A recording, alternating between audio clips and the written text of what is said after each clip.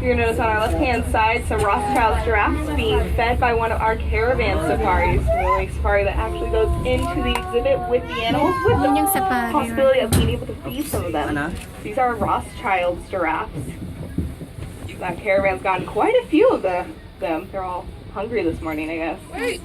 As we continue forward, you're going to see a southern white rhino. You'll notice he's a little muddy looking. These guys can get up to around 5,000 pounds, so you do need to worry about overheating. So one of the ways they're going to prevent themselves from overheating is wallowing in the mud. Helps to cool them down, also kind of like a sunscreen, nice layer of mud to help protect their skin. As we continue, if we look to the other side, you're going to see our greater flamingos. See if you can see any of their chicks. They're kind of a gray coloration. They have 13 of them in there. And you'll notice in one corner, there's a lot of them hanging out. That's because they have about 30 nests in there right now. It's a really fun and exciting time of year to be. Have been rescued from the wild and brought here to be part of a revolutionary breeding program. Unfortunately, rhinos are going extinct in the wild due to poaching for their horns. Their horns are made of keratin, same as your fingernails, but many cultures believe that they have medicinal properties. So unfortunately, many species of rhinos are going nearly extinct because of it. You'll see some native mule deer also in the exhibit.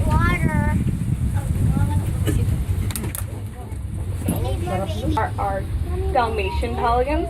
The all white ones with the yellow bills are greater pelicans. And you'll notice on the rocks and in the treetops, another bird species. This is actually another native species to the area. This is a double-crested cormorant. By the water's edge, you're going to see a very tall, very large red and blue bird. That is a Goliath heron, the tallest species of heron. It's another fishy species. You're going to see it has some very long bills. That is so that when they're wading through the water, they're able to easily snatch those fish out and use that aerodynamic build. Up on the hillside, you're going to see some very large tan antelope. These are Patterson eland. This is the largest species of antelope. As they walk along, you're going to notice the sagging skin at the base of their neck. That is called a dewlap. These guys can get up to around 2,000 pounds, so just like that rhino we saw earlier, wallowing in the mud was his way to stay cool. These guys use that dewlap as their own filter in air conditioners. It has extra blood cells. It helps to increase surface area, helps to wick away some of that excess heat they're going to accumulate throughout the day.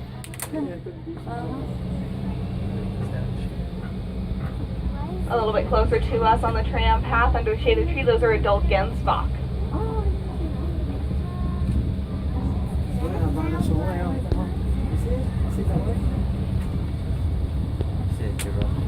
As we continue, you're going to notice in a little pond another rhino hanging out with some Ellipsin waterbuck. This rhino is Chuck. He's a southern white rhino. He's the one in the water, and then just past him under the shade of the trees, this is Eric. He's a different species of rhino.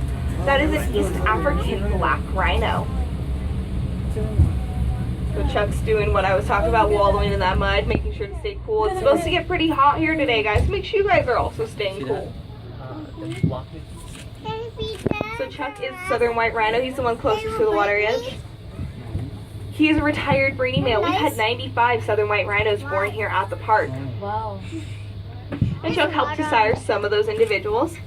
But he is retired because when species go extinct and you're trying to build up their populations from a smaller number, you use our Maasai giraffe. We saw Rothschilds a little bit earlier. There are 9 different subspecies of giraffes. These are Rothschilds. See if you can see any of their tongues. One of them's kind of sticking it out right now. So this very dark purplish coloration. Another built-in sunscreen. These guys, like what he's doing right now, they stick their tongues out a lot. That tongue is exposed to the sun for quite a long time. Yeah. So we're gonna have that dark coloration to help protect that tongue from the sun. And you're going to see why they are patterned the way they are. See how the pattern is to look like the light going through that trees, through the leaves onto their patterns, helps to break up their outline. When they stand up next to a tree, with that pattern, it's going to help them to blend in with that tree. It just looks like they're just a gigantic branch of that tree. There's another one right there.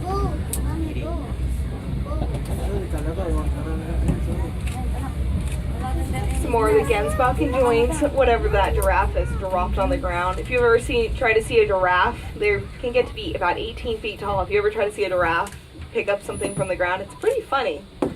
They have to like spread their legs out really far to get their heads low enough to the ground.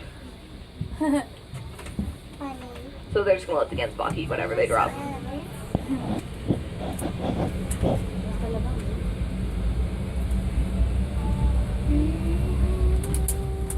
As we continue forward, we have our Cape Buffalo. Very dark colored guys. Do you guys see the little baby Cape Buffalo? You see the log that's fallen over? Just behind it, he's laying down next to Mama right now. Or sorry, she. It is a she baby Cape Buffalo. Keep pulling forward. Looks like it's a little bit easier to see him. You guys see the little baby Cape Buffalo just next to the one that just laid down? That baby Cape Buffalo is 2 weeks old yesterday. Like I was saying, it's a great time of year. We have babies being born every single day at the safari park. Now let's see a predator decided to make a meal of that baby Cape Buffalo. These guys do something really unique. It is called mobbing. Ipco, those are Ugandan cob. As I make our way up the hill, we're going to see a couple more of those roan antelope, and you're going to see they have these white and black facial markings on their horns. And there's another species hanging out with them. Their horns curve backwards. They're kind of like a chestnut brown. Those are sable antelope. And check out how those sable antelope have positioned themselves. Kind of face in different directions. You guys see that? As an alert circle. A lot of these guys